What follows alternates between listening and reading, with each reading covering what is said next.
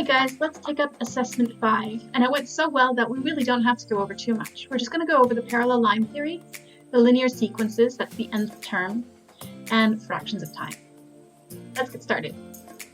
This first question is a parallel line theory question, and it's specifically making sure you know the right vocabulary. So we're trying to match these angles with their rules, starting with the angles A and B. Now if I look at angles A and angle B, I can clearly see that there's a rule that links the two of them. If I draw this line in here, maybe you see it too. That's definitely a straight line. And two angles at the same point on a straight line will add to make 180. Those are called supplementary angles. Okay, next we're on to A and C. So the rule that links angles A and C, I see angle A here, angle C down here, they're in between these parallel lines. In fact, if I draw that angle for A and that angle for C, you see the pattern that I'm making there? Kind of looks like a backwards C pattern. And those are called interior angles. They are inside the parallel lines on the same side of the transversal. So A and C are interior angles. C and D, I see they've got nothing to do with these parallel lines. It's just one line that crosses another at this one point here. They are opposite of each other on that cross. Those are called vertically opposite angles. C and D are vertically opposite. And B and D, now these ones look very far apart, but they're both on a parallel line. B is below the top parallel line and D is below the bottom parallel line, and they're both on the right-hand side of the transversal. If I were to draw those angles in, it almost looks like it's going to be a C pattern, but I have to go a bit further down to form this D angle. So it's going to make an F pattern. And we call those angles in an F pattern corresponding angles because they're both in corresponding positions in relation to the transversal. They're both on the right side of the transversal. And in relation to the parallel lines, they're both beneath the parallel lines. So those are corresponding angles. Okay, next question. Again, it's parallel line theory, and be careful because it is not at all the scale. You were warned about this, but I know that when some people saw this 58 degrees, and then you saw this angle X, you thought X has got to be smaller than 58. That's not the case. Don't be fooled by the diagram. You need to use the rules. So first rule I'm going to look at is to find angle X. And angle X is right here next to the 58 on a straight line. I know that angles on a straight line add to make 180. So I'm going to show that working. I've written the rule, it's a straight line, and I've written the equation. They add to make 180. Now I'm going to rearrange this equation to find out what X is by itself. So X on its own will be equal to 180 is on the other side, and the 58 is coming after it. It was plus 58, so now it's minus 58. And that works out to be 122. X is 122. Okay, I know X may look acute, and 58 may look obtuse, but X is 122. They add to 180. Now I'm looking for angle Y, and I could use angle X, and I see their interior angles. I could use angle X to find it, but in case I made a mistake with angle X, I'd much rather use the angle I was given. In fact, the rule that links Y and the angle 58 is much easier. See the pattern it makes? Parallel lines, transversal, parallel line. Kind of looks like a backwards Z pattern, doesn't it? Those are alternate angles, and it's a really easy rule. Alternate angles are equal. So I just set up the equation. Y is equal to 58, and I don't even need to show any working. I've got my answer. Y equals 58. Finally, the last angle there, the Z. What pattern do I see Z making with the 58?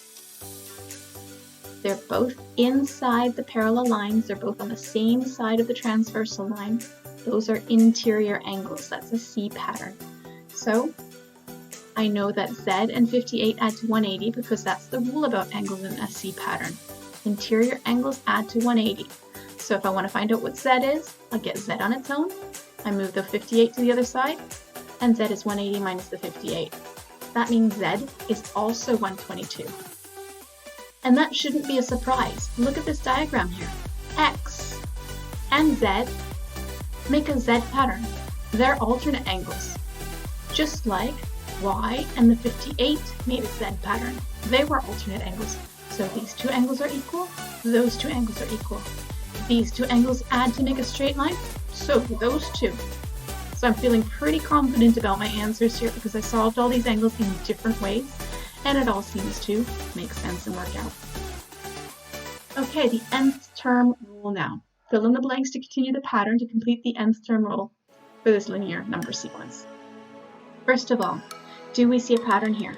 12, 9, 6, 3. They seem to be going down in value. Do they have a common difference? Are they always going down by the same amount? They're going down by 3s. 12 minus 3 is 9, 9 minus 3 is 6, 6 minus 3 is 3. Let's keep going. 3 minus 3 is 0, 0 minus 3 is -3.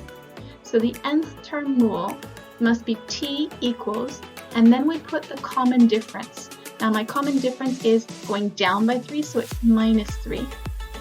And do t equals -3n plus, or sometimes it's minus, but we need an adjustment here because -3n would be the -3's times tables. And this number is much higher than the first number in the -3's times table. The -3's times table would start with -3. How much do I need to add to -3 to get up to 12? Or the other way we had thinking about it is that if this is always going down by 3s, what would have come before the 12? Before 12 it would have been 15, because 15 is 3 higher than 12. 15 take away 3 would get you the 12. So that's our adjustment then, plus 15. Last question, fractions of time. And I think this actually went better for you guys than it shows because there was a mistake on the test and the answer wasn't in the answer box. So if you typed it in, you would have gotten the mark. If you didn't see the answer there and you chose an answer from the box, it wouldn't have been right. But I've taken this mark off the test now, so it just ended up being a bonus question anyways. So let's take it up anyways. 45 minutes is what fraction of an hour? 45 minutes out of an hour would be 45 minutes over 60 minutes. Because 1 hour is 60 minutes.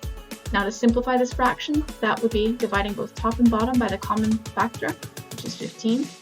That's going to be 3 over 4. And I'm betting most of you probably knew that 45 minutes was 3/4 of an hour. Now, 45 minutes is what fraction of 3 hours? Let's work that out in case you didn't know that one. 45 minutes out of 3 hours would be 45 minutes over 180 minutes, because 3 hours is 3 times 60, which is 180 minutes. Now again, simplify this fraction by dividing the highest common factor, and this time that factor is 45. 45 divided by 45 is 1, and 180 divided by 45 is 4. So that's going to be 1/4. Notice that 45 minutes is 3/4 of 1 hour, and when I'm trying to put that out of 3 times the amount of time, the numerator got divided by 3. 3/4 down to 1/4. Okay, really good job guys, you're doing great.